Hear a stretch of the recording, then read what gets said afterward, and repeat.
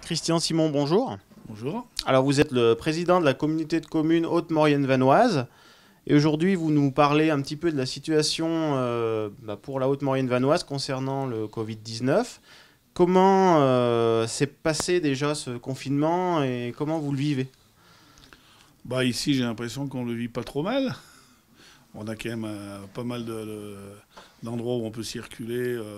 Il y a beaucoup de personnes qui sont quand même dans des maisons individuelles, donc c'est vrai que c'est un peu moins compliqué qu'en ville.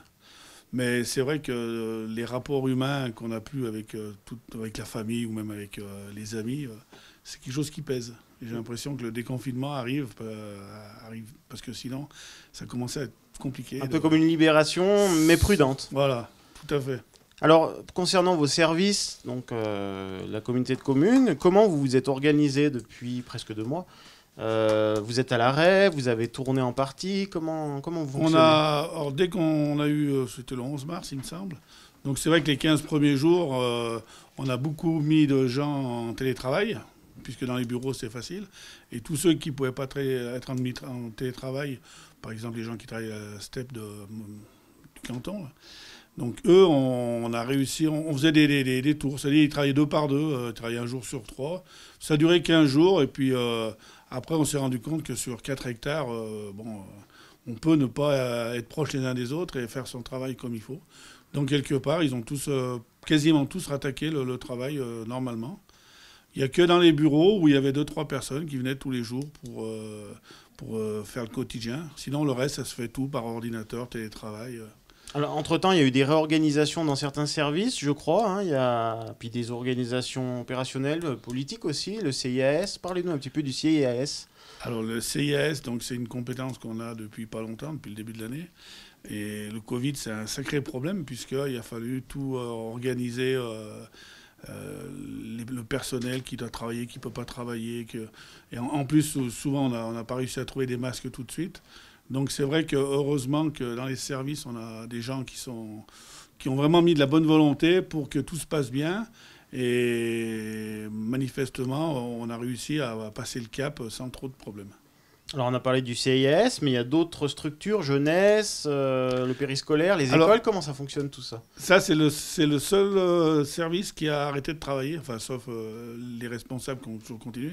Mais sinon, tout ce qui est jeunesse, tout ce qui est périscolaire, donc ça a tout été arrêté, puisque les gamins n'avaient plus le droit de sortir. Donc on n'avait pas de lieu d'aller travailler pour eux.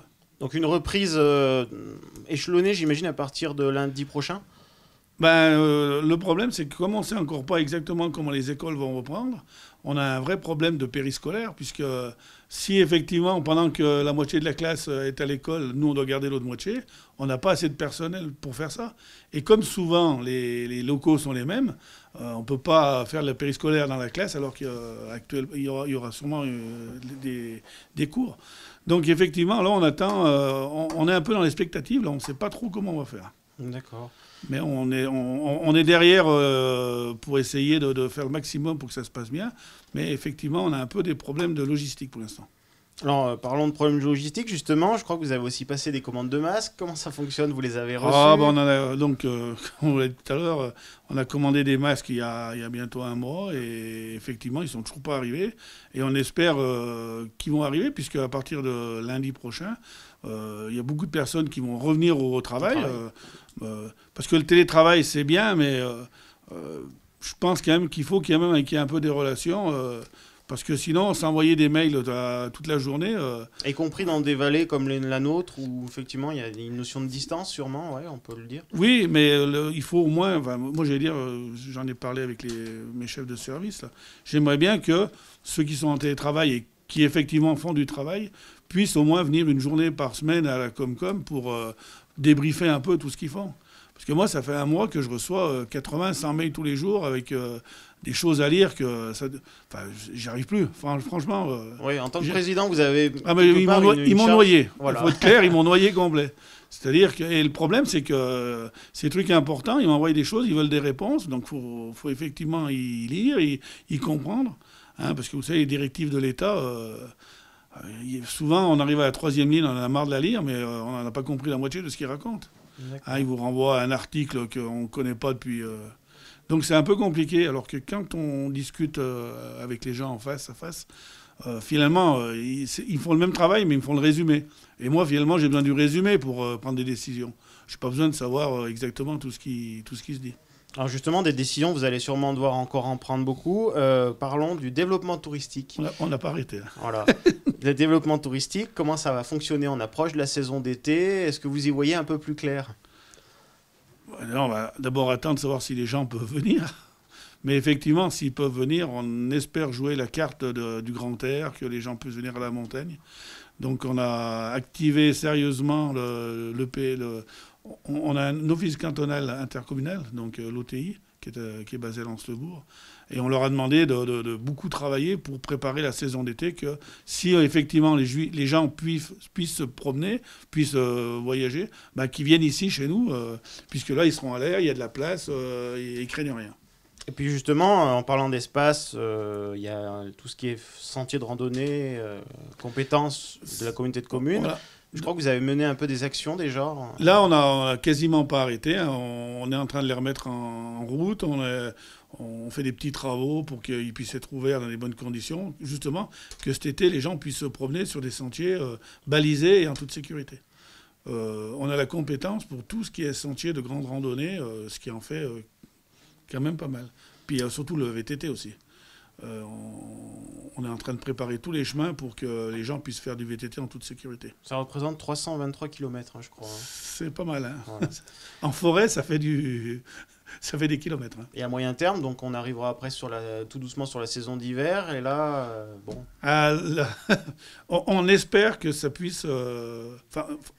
Honnêtement, nous, on est inquiets, parce que si on repasse une saison d'hiver où on peut pas... Enfin, comme on a fini la saison cette année, il y a la moitié des stations qui sont sur le bas-côté. Hein, c'est fini. Hein. Parce qu'on ne peut pas vivre avec une saison blanche. C'est impossible. Surtout que toutes les stations qu'on a à peu près dans le coin, elles dépendent des communes ou des intercos. C'est de l'argent public qui leur permet de subsister. Et s'ils arrêtent, on ne pourra pas les maintenir à flot, ça c'est sûr. Donc il faut absolument espérer qu'on puisse faire une saison normale, j'allais dire, l'année prochaine. Parce que sinon, il y en a quelques stations qui vont la sentir passer. Hein. Xavier Lette, bonjour. Bonjour. Vous êtes vice-président à la communication de la communauté de communes Haute-Maurienne-Vanoise et président du syndicat mixte Tabor-Vanoise. Parlez-nous un petit peu de cette structure d'investissement dédiée aux stations de la Norma et Val-Fréjus. Et qu'en est-il lié au Covid-19 ? Alors, très rapidement, c'est un syndicat mixte, donc, ce qui veut dire que c'est une structure qui allie plusieurs collectivités, à savoir, dans ce cas, d'une part, le département de la Savoie et la commune de Bodane, et d'autre part, le département de la Savoie et la communauté de communes Haute-Maurienne-Vanoise. Alors, historiquement, ce syndicat mixte, il a été créé en 2008, suite à la défaillance de Transmontagne à Val-Fréjus, pour assurer les investissements indispensables. Très rapidement, les modifications de la communauté de communes les modifications successives ont fait que la communauté de communes a eu en responsabilité le domaine skiable de la Norma. Avec l'extension et la fusion avec la Haute-Maurienne-Vanoise, il était impossible de garder cette compétence dans l'État, à moins de prendre toutes les stations comme la loi l'impose. Donc la solution a été de transférer la compétence sur ce syndicat mixte qui existait. Donc aujourd'hui, moi j'ai des informations de l'exploitant commun donc de la Norma et de Val-Fréjus, qui est la Sogénor, qui m'a indiqué que la redevance versée cette année allait être divisée par 3 ou par 4, c'est-à-dire que pour une redevance de 400 000 €, il ne reste plus que 100 000 € par exemple. Donc, pour ce qui est de Val-Fréjus, les investissements vont être quasiment réduits à l'essentiel, les pièces à changer, l'entretien courant, tout à fait. Par contre, à la Norma, on se trouve dans une situation très différente, dans la mesure où la remontée essentielle, la principale de la station, qui est le télécabine, arrive à 50 ans et arrive donc en fin de vie. Et juste avant la crise du Covid, il a été décidé au sein du SMTV de changer cette remontée Et après un débat et une discussion, il a été décidé de le remplacer par un télécabine. Le débat était entre télécabine et télésiège débrayable 6 places, qui fait quand même une différence de 3 millions, bien sûr. Donc la crise arrivant, et comme le président tout à l'heure disait, les incertitudes que tout le monde a dans le domaine du tourisme quant à l'avenir de la saison prochaine, de l'été, mais surtout des prochaines saisons d'hiver, fait qu'on est dans une inquiétude importante par rapport à la décision qui a été prise. Moi, alors je ne l'ai pas dit tout à l'heure, mais je suis sortant et quasiment je devrais être sorti, puisque je ne me suis pas représenté aux élections et que je suis là uniquement à cause de la crise et que nous avons été maintenus en fonction. Je suis dans l'incertitude aussi jusqu'à la durée de ce mandat, puisque personne ne sait actuellement. Voilà. Donc je suis dans une situation délicate parce que même au niveau légitimité, comme je vous disais, je ne devrais plus être là. Donc prendre une décision dans un sens ou dans un autre, c'est difficile, quoi. Donc j'ai interrogé tous les membres du syndicat mixte. Peu m'ont répondu. J'avoue que bon, peut-être que ce n'est pas une question importante, mais enfin, c'est un investissement de près d'une dizaine de millions quand même, c'est pas rien. Voilà. Donc voilà où j'en suis au niveau du SMTV. Ce que je voudrais rajouter par rapport à la question touristique, c'est que les inquiétudes, elles touchent aussi tous les commerces liés au tourisme. Moi, je suis inquiet par rapport à des défaillances qui risquent de se produire dans certains domaines, ou des gens qui viennent de reprendre un commerce, on en a plusieurs en Modane, qui sont dans une situation délicate.